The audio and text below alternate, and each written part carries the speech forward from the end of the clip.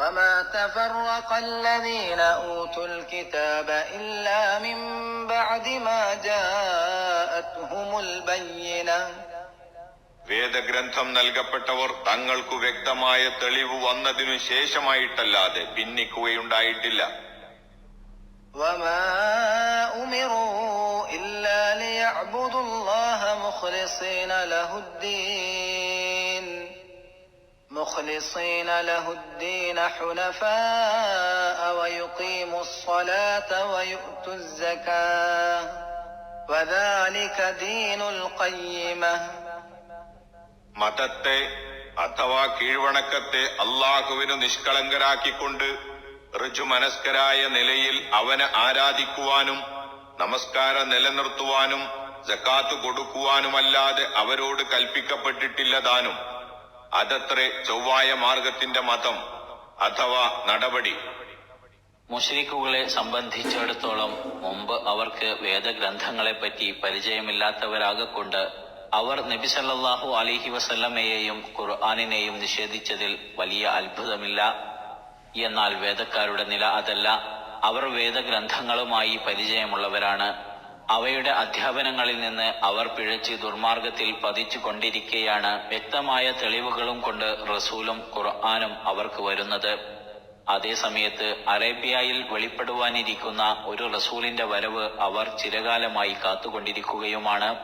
അവരുടെ കൈവശമുള്ള വേദഗ്രന്ഥവും ഇപ്പോൾ റസൂൽ കൊണ്ടുവന്ന വേദഗ്രന്ഥവും തമ്മിൽ വല്ല പൊരുത്തക്കേടുമുണ്ടോ? അതുമില്ല. ശിർക്കിന്റെ കലർപ്പില്ലാത്ത നിഷ്കളങ്കമായ തൗഹീദ്, നമസ്കാരം, സക്കാത്ത് മുതലായ കാര്യങ്ങളായിരുന്നു മുൻ ഗ്രന്ഥങ്ങൾ അവരോട് ശാസിച്ചിരുന്നത്.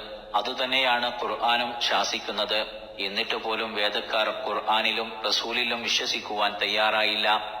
മാത്രമല്ല, അസൂയയും പകയും വെച്ചുകൊണ്ട് തങ്ങളുടെ വേദഗ്രന്ഥത്തിന്റെ ശാസനകൾക്കും വർഗപിതാവായ ഇബ്രാഹിം നബി അലൈഹിസ്സലാമയുടെ പാരമ്പര്യ നടപടികൾക്കും വിരുദ്ധമായി ഇസ്ലാമിന്റെ ശത്രുക്കളായി ഭിന്നിക്കുകയാണ് അവർ ചെയ്തത്. എല്ലാ ദുർമാർഗങ്ങളും വിട്ട് ഋജുവായ സത്യമാർഗത്തിലേക്ക് തിരിഞ്ഞവർ എന്നാണ് ഹുനഫാ എന്ന വാക്കുകൊണ്ട് വിവക്ഷ. ഇബ്രാഹിം നബി അലൈഹിസ്സലാമയുടെ മതപാരമ്പര്യം സ്വീകരിച്ചവരുടെ വിശേഷണമായും ആ വാക്ക് ഉപയോഗിക്കപ്പെടാറുണ്ട്. വേദക്കാർ തങ്ങളെപ്പറ്റി തങ്ങൾ ഹുനഫാ ആണെന്ന് അവകാശപ്പെട്ടിരുന്നു. അപ്പോൾ അതേ പാരമ്പര്യം നിലനിർത്തിക്കൊണ്ടിരിക്കുന്ന ഖുർആനിനെയും റസൂലിനെയും അവർ നിഷേധിക്കുന്നതിന് യാതൊരു ന്യായീകരണവും ഇല്ലാത്തതാണ്. വേദക്കാരായിരുന്നാലും മുശ്രിക്കുകളായിരുന്നാലും ശരി, നിഷേധത്തിന്റെ ഫലം നരകം തന്നെ. അള്ളാഹു പറയുന്നു, ഇന്നല്ലദീന കഫറൂ മിൻ അഹ്ലിൽ കിതാബി വൽ മുശ്രികീന ഫീ നാരി ജഹന്നമ ഖാലിദീന ഫീഹാ ഉലൈക ഹും ശർറുൽ ബരിയ്യ.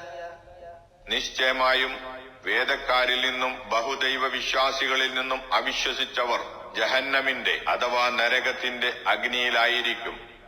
അതിൽ നിത്യവാസികളായിക്കൊണ്ട് അക്കൂട്ടർ തന്നെയാണ് സൃഷ്ടികളിൽ വെച്ച് മോശമായവർ.